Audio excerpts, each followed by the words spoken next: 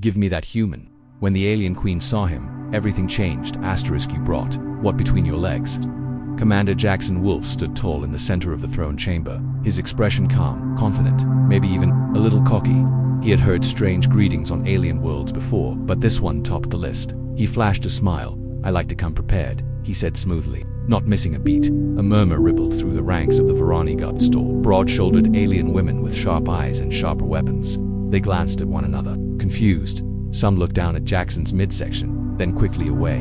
He could feel the tension crackling in the air, but he just kept smiling. High above on her crystal platform stood General Ilari Kaur. She was something out of myth. Lavender-skinned eyes like molten silver, hair in thick braids coiled atop, her head like a crown. Her armor was ceremonial, chest exposed just enough to hint at danger and allure. Her legs wrapped in plates of obsidian metal. She stepped down slowly, each movement measured, controlled, powerful tower. Her gaze moved over Jackson, from boots to brow, pausing ever so briefly in the middle. "You're the one Earth sent?" she asked, her voice like thunder dipped in honey. They promised a negotiator, a diplomat, not some lean, smirking little male. "I'm all three," Jackson said, hands behind his back. "And maybe something more." She tilted her head more. "I've been told I leave an impression," he replied, his tone playful. Ilari's nostrils flared. The Varani were not known for humor. They were not known for play. Their culture was built on dominance, on female strength, on control. The males of their species were small, soft, and quiet, useful for ceremonies and child-rearing, rarely for anything else. Yet here was a humanoid, unafraid, joking in her warhole. She should have been angry, but instead, her lips curved. She laughed. The sound made the guards flinch. "You're brave, human," she said, stepping closer. She towered over him by a few inches, and she seemed to enjoy that. But bravery does not equal worth. Jackson met her eyes, unblinking. "Then test me." The silence in the hall was complete. I leaned in, close enough that Jackson could smell the strange floral scent of her skin. Her voice was low now. "Test you how?" Jackson's voice dropped to match hers. "Any way you like." She froze, not out of fear but from something else. Interest. Her pupils dilated, the silver in her eyes darkening slightly. I had never known males like this, confident, bold, solid, and from the brief flash of memory she couldn't unsee from earlier, impressively built. "I've heard," she said slowly, "that human men are large." "Is that true?" Jackson shrugged. "Why don't you find out?" Another whisper passed through the guards. One nearly choked on her own breath. Ilari stepped back half a step, as if needing distance to process this creature before her. "Do you understand the insult you're offering, human?" she asked. "I think it's a compliment," Jackson said, still smiling. Ilari laughed again. She didn't know what to make of it, but she was intrigued. It had been centuries since a male of any kind had stood his ground before her like this. She turned to her advisors. "Clear the chamber." The guards blinked. "Now." They obeyed without question, though many left with glances over their shoulders, eyes filled with curiosity, envy, or disbelief. Now alone with him, Ilari walked a slow circle around Jackson, studying him the way a hunter might study new prey. "You're muscular for your size," she noted, "not soft. That's rare among your gender, at least here." "I train hard," Jackson said. "Back on Earth, strength isn't just for show. We fight for it." She looked amused. "Do you think I'm impressed by flexing?" "No," Jackson said. "But I'm hoping you're impressed by results." She raised an eyebrow. "You're trying to seduce me." Jackson gave a small shrug. "Is it working?" That made her pause. For once, the supreme general of the Varani matriarchy had no ready reply. He was unlike any male she had ever encountered. Alien, not just in species, but in spirit. Bold, strange, intriguing, maybe even dangerous. "You talk too much." She talked too much, she said at last, but there was no bite in her words. "I can do other things with my mouth," Jackson said. Her eyes widened slightly, then narrowed. There was a long silence.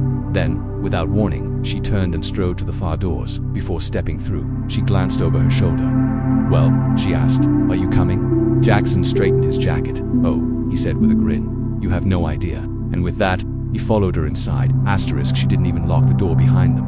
Ilari led Jackson into a private war quarters, a space made of sleek black crystal, humming softly with embedded technology.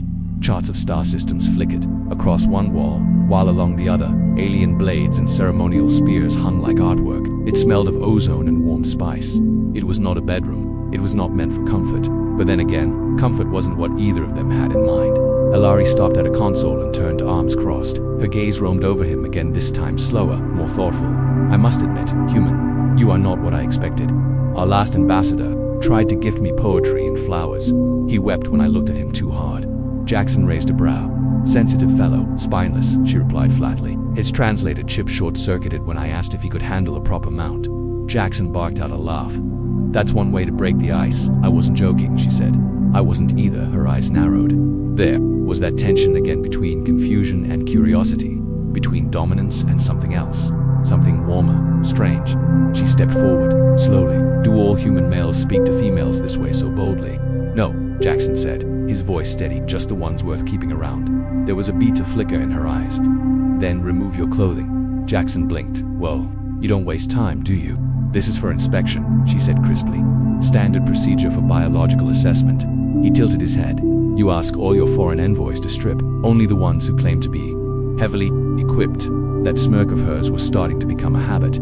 Jackson unzipped the upper half of his jumpsuit and peeled it down. Alari's eyes didn't stray, but her breathing changed subtly, not enough for a normal man to notice. But Jackson wasn't normal. She expected hairless, pale, fragile. What she got was a sculpted chest, a line of muscle trailing downward, and the confidence of a man who had absolutely no shame. When the last piece came off, Alari actually blinked. There was a long pause. Then, by the stars, she muttered under her breath. Jackson crossed his arms. Still want to do this inspection? Or should we just skip to the part where I blow your mind? Your proportions are highly unusual. On Earth, I'm average, maybe slightly above. Alari raised an eyebrow. If this is average, I weep for your furniture. Jackson grinned. She circled him again, this time slower, letting her fingers brush across his shoulders, down his spine. Her touch was firm, not testing, claiming, but Jackson didn't flinch. In fact, he leaned into it. That seemed to confuse her even more. You are not afraid of me, she said softly. No, he replied. Should I be? I could break you in half. You can try, Jackson said, stepping closer, but you'd miss out on what happens before that. And believe me, General, that's the best part. Their eyes locked, something shifted. The tension wasn't battle-born anymore, it was chemical. Primal. Alien or not, they were two beings with instincts, and right now, every one of them was howling. Alari's voice dropped to a low, dangerous whisper. Show me. Then, he didn't hesitate. They collided like two meteorites set in motion and raw hunger. Her armor clanged to the floor. His hands roamed over muscles built for war, hers over skin that seemed impossibly soft for someone so strong. The contrast thrilled her. He was hard where it counted, but warm, yielding, responsive. Human males didn't just take, they gave. She'd never felt anything like it. When it was over, much later, Alari lay on the obsidian floor, hair fanned out, like silk. Her chest rose and fell in slow, stunned rhythm, her gaze unfocused. Her fingers twitched. Jackson, still catching his breath, rested beside her with one arm behind his head. So he said after a moment, diplomatic relations off to a good start. Alari stared at the ceiling, her voice barely above a whisper. I saw stars. Multiple times, he chuckled. I warned you. She sat up slowly, gathering herself. Then she looked at him, really looked at him. You are unlike any male I've ever known. And you're the first woman who tried to wrestle me during sex, he replied. 10 out of 10. Wouldn't negotiate again. Alari didn't laugh this time. Instead, she tilted her head. Curious again, but no longer just about his anatomy. What are you, Jackson Wolf? He looked her dead in the eyes. I'm human, he said. And baby, we're just getting started. Outside, the crystal walls of the chamber glowed a little brighter. Somewhere deep inside her chest, the Supreme General of the Varani felt a strange warmth. Something foreign. Something dangerous. Something. Good asterisk. Alari Kaur did not return to the War Council that evening. Her aides waited outside her chambers for hours, growing increasingly nervous as the Supreme General's private quarters remained sealed and quiet, except for the occasional thud, a metallic clang, and once, a moan so guttural it made a seasoned warrior drop her spear. Inside, Alari lay flat, on her back, arms splayed across the floor, still processing what her body had just endured. No enjoyed. Jackson Wolf was already upright, shirtless, casually sipping from a Varani hydration flask, like he hadn't just rearranged the anatomy of the most powerful woman on the planet. You breathe differently after the third time, he noted, wiping his chin with the back of his hand. Alari turned her head slowly. The third time. Jackson grinned. You passed out during the second. She blinked, eyes wide. That never happens. I get that a lot, he said smugly. Alari sat up with effort, a sheen of sweat glistening on her lavender skin.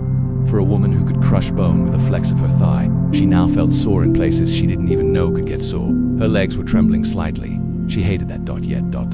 She also didn't. You're dangerous, she said. Jackson tilted his head. You say that like it's a bad thing. It is, she replied, rising slowly. I don't lose control. Ever. You didn't lose it. You gave it, Jackson said, standing too, chest rising and falling as he stepped close again. There's a difference. The silence between them stretched tense, electric, but now laced with something new, not just lust. Recognition. This wasn't just biology, it was something deeper, stranger. Bonding wasn't a concept in Varani mating culture. Sex was purely reproductive or political. No touch, no skin, no kissing. but Jackson had kissed her, like it meant something, and now she couldn't stop thinking about it. Ilari moved to the console embedded in her wall and began reviewing security logs, trying to regain some composure. "You understand this complicates things," she said. "Yeah," Jackson replied, "but admit it complicates them in all the best ways." She paused, then looked at him long. "You're smiling again. You always sound surprised when I do something charming." "That's because I've never met a male who was." He chuckled and sat on the edge of a war table. "Tell me something," he said, gesturing at a glowing map of war and space. "You've been Supreme General for how long?" 231 years. He blinked. "Seriously, our lifespans are longer. I earned this position before your species discovered indoor plumbing. Progressive, but..." He glanced at her. "Hasn't it ever gotten lonely?" She didn't answer, which was the answer. "You fight, you win, you lead," Jackson continued, softer now. "But when was the last time someone looked at you like you? Not the title, not the armor." Ilari said nothing, her silver eyes narrowed. "Careful, human," she said. "You're getting close." He stepped near. "Maybe that's exactly where I want to be." Her breath caught. Jackson reached up, his hand brushing against her neck. Rajan, intimate touch among Varani, a spot no one touched unless invited. She didn't stop him. "Not this time." Instead, she whispered, "You're not just changing me, Jackson Wolf." He raised an eyebrow. "No, you're about to change my entire planet." The next morning, General Ilarikor walked into the High Council chamber slowly, carefully, and with a new kind of glow. The other matrons noticed instantly. "You're limping." One whispered, "Did she fight a rock beast?" Another murmured. Ilari took her seat at the head of the table, looking regal as ever, except for the faintest curve at the edge of her lips. "Summon the male," she said. There was a beat. Human male, an aide asked, double quotes. "Yes, Jackson." Moments later, Jackson strolled in, clean, confident. His uniform almost zipped just enough to make several guards blush. He stood tall beside Isla, who didn't flinch when he placed a casual hand on the back of her chair. Whispers erupted around the chamber. Supreme General, the lead matron of science, spoke, eyes narrowed. "Why is the human present at a closed military briefing?" "Because," Ilari said coolly, "he's no longer just an envoy." She paused. "He's my mate." Gasps, real, audible gasps. One of the elder counselors nearly dropped her ceremonial staff. "You're... what?" Another croaked. "You heard me. I said last night, we bonded fully." The gasps became choking sounds, and I can confirm, she added without blinking, that human males possess... advantages. Jackson cleared his throat. "Generational advantages." She shot him a look but didn't correct him. A deadly silence followed. Then the matron of genetics spoke up. "With your permission, Supreme General," she said, barely containing her excitement, "we would like to study him." Jackson held up a hand. "Just to be clear, no syringes." Ilari finally smiled again. "For now," she said, "the only one studying him is me." She stood, her tall frame brushing against his and for the first time in Varani history, the War Council stood not in protest, but in respect. History that had just changed, and it all started with what a human brought between his legs. By noon the next day, Jackson Wolf was the most talked about name on Vor, not because he was Earth's representative, not because he defeated 3 elite Varani guards with nothing but a smug grin and a well-timed elbow, but because he had bonded fully, physically and very thoroughly with Supreme General Ilarikor. News spread faster than warp drive. Across floating cities and lava-clad fortresses, whispers echoed through crystal walls. The human mounted her, and she let him. Yes, she let him multiple times. And if Ilari's satisfied smirk meant anything, she'd do it again before breakfast. And yet, this wasn't just some scandalous headline. No, it was something bigger, wilder, biologically revolutionary, because just hours after their bonding, I summoned her entire high science directorate, and she had a sample.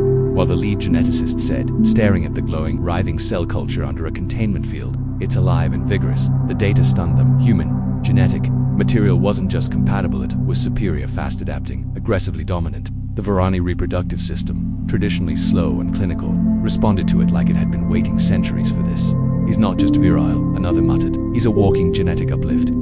Jackson, who had insisted on attending the analysis half-naked for scientific accuracy, just folded his arms. "Told you, Earth's exports were powerful." Ilari, watching from the observation deck, muttered, "You're going to be impossible now." He leaned toward her and whispered, "Now." Back in the palace courtyard, guards whispered as he passed a trio of elite Varani warriors, scarred, battle-worn, and Dedit blushed when he smiled at them. One accidentally dropped her spear. It was becoming a symbol, not just of peace, but of pleasure, and more than that possibility.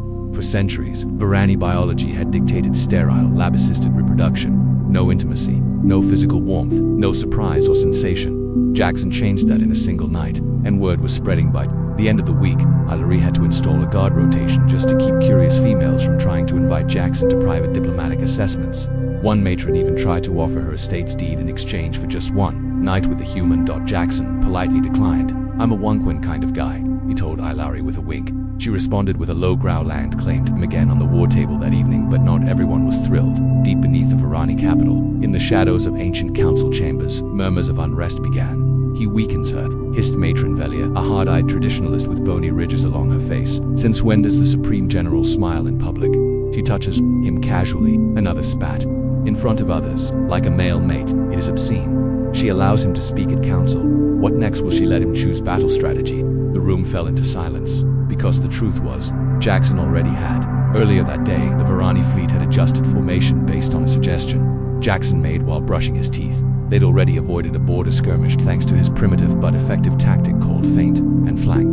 The council was rattled. Ilari Kaur wasn't just mating with a human, she was listening to him. Worse still, she looked happy. In her private quarters, Ilari stood before a wide mirror brushing a strand of her braid loose. Her reflection looked different. Not softer. No, she was still Supreme General, still made of steel and scars, but her eyes had changed. They weren't empty anymore. Jackson lay across her enormous crystal bed behind her, arms behind his head, watching her. You know, he said lazily, for a terrifying warlord, you hum when you brush your hair. She turned, mildly alarmed. I do not hum. You do, he teased, very quietly, kind of sexy, actually. She scowled. You're impossible, she muttered. And yet, he said, patting the bed, you keep letting me live. She walked toward him slowly, like a panther, and straddled him with the authority of a seasoned commander and the intent of a woman who hadn't quite had enough. I let you live, she whispered into his ear, because what you carry between your legs is now considered a planetary asset. He grinned. Should I register it with customs? You should register it with the Ministry of Defense. They kissed hard, breathless, familiar now, not just need, but want. Craving. Bond. And somewhere in the corner of her mind, Ilari Kaur, Supreme General of War, once feared across 23 systems, knew something she couldn't admit to anyone, not even herself. She wasn't just changing the future of her people, she was falling in love with a human. And stars help her. She liked it. Ilari Kaur hadn't smiled this much since decapitating a Drakari warlord with her bare hands. That smile had been blood-soaked and feral. This one, softer, dangerous in a different way. Jackson Wolf was sprawled beside her again, using her royal cape as a blanket, completely unbothered by the fact that he was currently spooning the most feared woman in the quadrant like she was his Saturday night girlfriend. Worse, he had the nerve to snore. Humans, she muttered, brushing her fingers across his chest. So smug, so warm, so she trailed off, her voice catching in her throat because it was happening. Her body, her legendary battle scar, never needed anyone for anything. Body was changing. Her temperature had shifted, her scent had altered, her resting pulse had slowed, and her neural rhythms, according to the royal medrones, were releasing a constant stream of oxytocin bonding chemicals. Varani females weren't supposed to produce them naturally. That biological trait had faded from the species eons ago, replaced by sterile gene splicing and lab-assisted fertilization. Yet here she was, producing them like a fertile 16-cycle girl after her first moon bath. She was, in every measurable sense of the word, mating. The implications were staggering, not just for her species. By mid-cycle, the Planetary Science Council had filed no fewer than 83 urgent petitions to study human sexual stimulant, genomic effect. The term wolf effect had entered the scientific lexicon. Ilari denied every request. Jackson, when asked if he'd like to contribute further samples to interspecies genetic research, offered this response: I only donate when there's dinner and a cuddle involved. He winked at the nearest camera drone, then added, and I like to watch them process it in person. I'm very hands-on. 12 lab assistants fainted on the spot. The matron of genetics was later quoted as saying, his swagger is statistically weaponized. The Varani public, trained from birth to view male-female intimacy as an outdated relic of primitive history, was divided. One half was outraged emotion, cuddling. He kissed her in front of a diplomatic envoy. He touches her without asking. He asked. One aide whispered. She said, do it again. The other half of Varani females. They were obsessed. News of Ilari's full bonding went viral. Hollywood's of Jackson shirtless in the training courtyard trended for 11 rotations. Fanfiction exploded. Popular titles included Mount Me Like the General, He came, he saw, he conquered me, next please, and the instant classic Between his legs lies salvation. The new military recruitment slogan, Sogan, serve with honor or serve with wolf. Ilari was furious. Do they think you're some kind of pleasure pet? She growled. Jackson leaned against her throne, completely shirtless again, eating a piece of Varani fruit. If they're wrong, I'd be offended. She glared. He bit into the fruit. Juice dribbled down his chin. Ilari stared, then looked away because stars helped her. She was getting aroused again, but not all responses were humorous. In the shadows of the Varani Deep Council, the murmurs grew louder. This bonding weakens her, Matron Valia hissed. She skips military briefings. She's glowing, her instincts are compromised, snarled another. She's thinking with her womb. Shall we depose her? Someone dared to whisper. No, Valia growled. We do something worse. She held up a black crystalline vial. This is nullseed. It blocks reproductive expression. Introduce it to the male, and their bonding will collapse. Another matron gasped. But it could kill him. Valia bared her teeth. Then let him die. He's only human. The next evening, Ilari and Jackson dined alone in her private atrium, surrounded by hanging crystal vines and gentle starlight. He had grilled Varani meet himself over a plasma burner. Shirtless, apron only, she tried to act UNAMUSC. It didn't work. You keep feeding me, he said, handing her a carved bite. People will start thinking you like me. I haven't decided. She lied, chewing. He leaned closer, brushing a thumb across her lips. I think you have. Before she could respond, her hand twitched. Her instinct kicked in a surge of danger. Her eyes flicked to her drink. Then his too late. Jackson had already taken a sip, and instantly something was wrong. His pupils shrank. His jaw clenched. He stumbled backward, gripping his abdomen. Jack, she gasped, lunging forward. His body convulsed, falling into her arms. Wrong drink, he managed. She screamed for her guards. For once in her life, Ilari Kaur was afraid, not of war, not of politics, but of losing him. And as she held his trembling body, one truth burned bright in her heart. This wasn't just sex, this wasn't just diplomacy. She loved him, and now, someone was going to pay. Jackson. Wolf wasn't supposed to bleed. Not in her arms, not because of her. Yet here he was, his body limp, eyes fluttering, lips pale. The color had drained from his skin like ink from a broken pen. And Ilari Kaur, Supreme General of Vor, Slayer of 100 foes, sat cradling him in her arms like a dying star. She didn't cry. Couldn't the Varani wept only during funerals, and she would tear the lungs out of the stars themselves before allowing us to come. Get me the minute, she roared, voice cracking like thunder across the war palace. The guards burst through the crystal archways, dragging medtechs and drones in their wake. The command staff froze at the sight, their unshakable general on the floor, face wild with terror, pressing her cheek to the chest of a human male, as if her soul depended on the sound of his heartbeat, because it did. Neutralize the compound, she ordered. Flush every drop. Save him, I don't care what it costs. One drone hesitated. She ripped its head off. That got things moving. They worked for hours injecting regenerative nanites, flooding him with fluid, and spinning a vortex. Chamber 2 cleansed the unknown toxin. Ilari never left his side, fingers locked with his even when his skin burned hot with rejection. It had been poisoned. No doubt. Null-seed, a banned compound engineered during the womb wars, a chemical designed to sever all reproductive compatibility. When used on bonded mates, it didn't just sterilize, it broke them, emotionally, biologically, sometimes, permanently.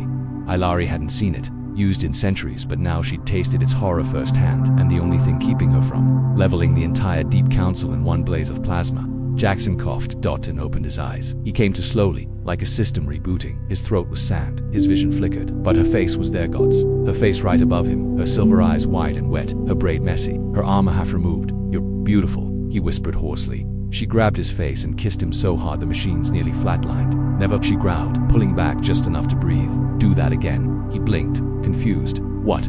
Die? She clenched her jaw. Yes, without my permission. He gave her the smallest smile. Noted, she crushed him against her chest, holding him like a lifeline. The other medtechs cleared the room, some visibly shaken. This wasn't a military victory. This was something deeper, something sacred.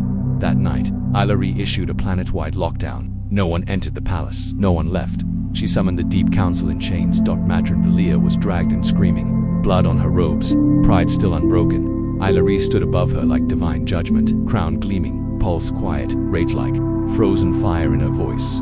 You tried to sever what the stars themselves gifted me, she said. To poison what was pure, it was mating madness. Valia spat.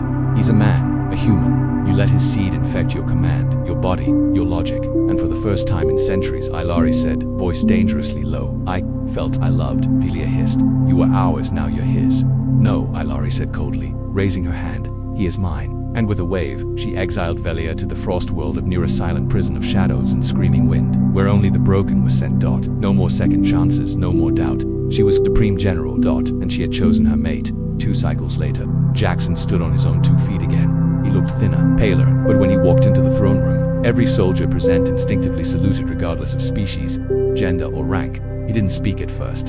He didn't need to. I crossed the floor in long strides and pulled him into her arms before the entire palace. He held her close, whispering, you stayed. Always, she replied, forehead pressed to his.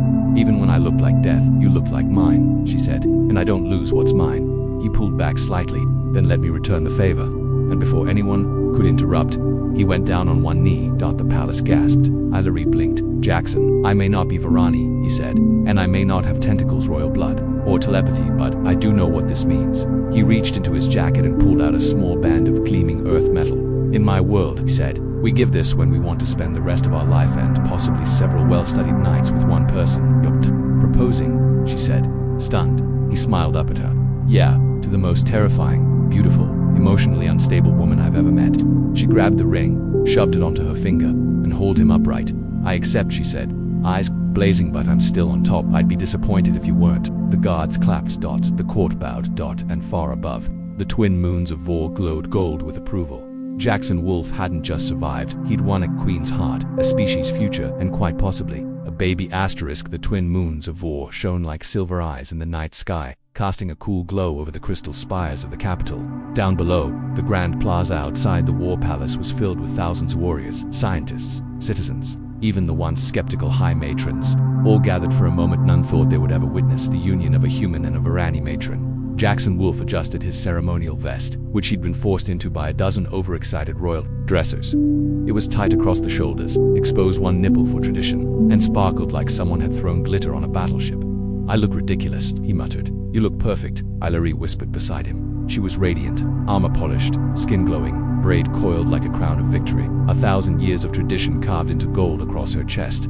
The only thing more intense than the fire in her eyes was the softness in them when she looked at him. Jackson cleared his throat, his voice amplified across the crowd. "I came here to negotiate peace. I didn't expect to end up negotiating cuddling schedules, pillow rights, and whose turn it is to clean the hype shower." Laughter rippled through the crowd.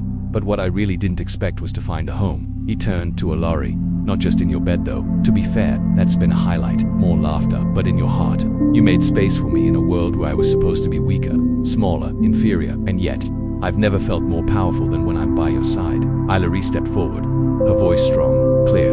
"Jackson Wolf," she said, addressing both him and the entire crowd, "you challenged me not with weapons, but with warmth. You invaded not my territory, but my solitude. You gave yourself, fully mind, body, and spirit, and in return," she reached for his hand, "I give you all of me." Gasps echoed across the plaza.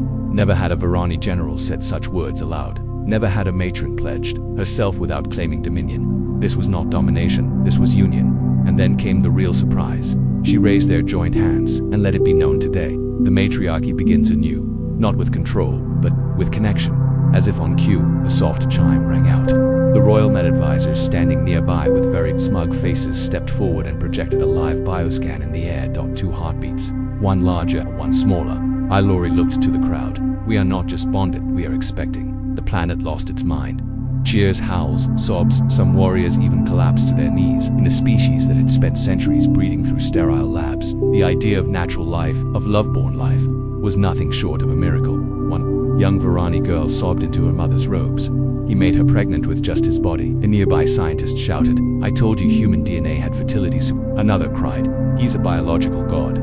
Jackson leaned over to Ilari, whispering, "This is going to raise expectations in the bedroom." "You will manage," she smirked, rubbing her belly. Suddenly, the crowd parted. The matron of genetics stepped forward, holding a formal decree. "On behalf of the Science Directorate," she said, "we declare this humans, equipment and all related genetic systems a planetary heritage asset." Jackson blinked. "Did I just get nationalized?" Ilari whispered. "Don't worry, I'm still your keeper." Later that night, under the shimmering moons, they stood alone on the royal balcony. The celebration roared far below, but up here, it was quiet. She leaned into him, her voice barely audible.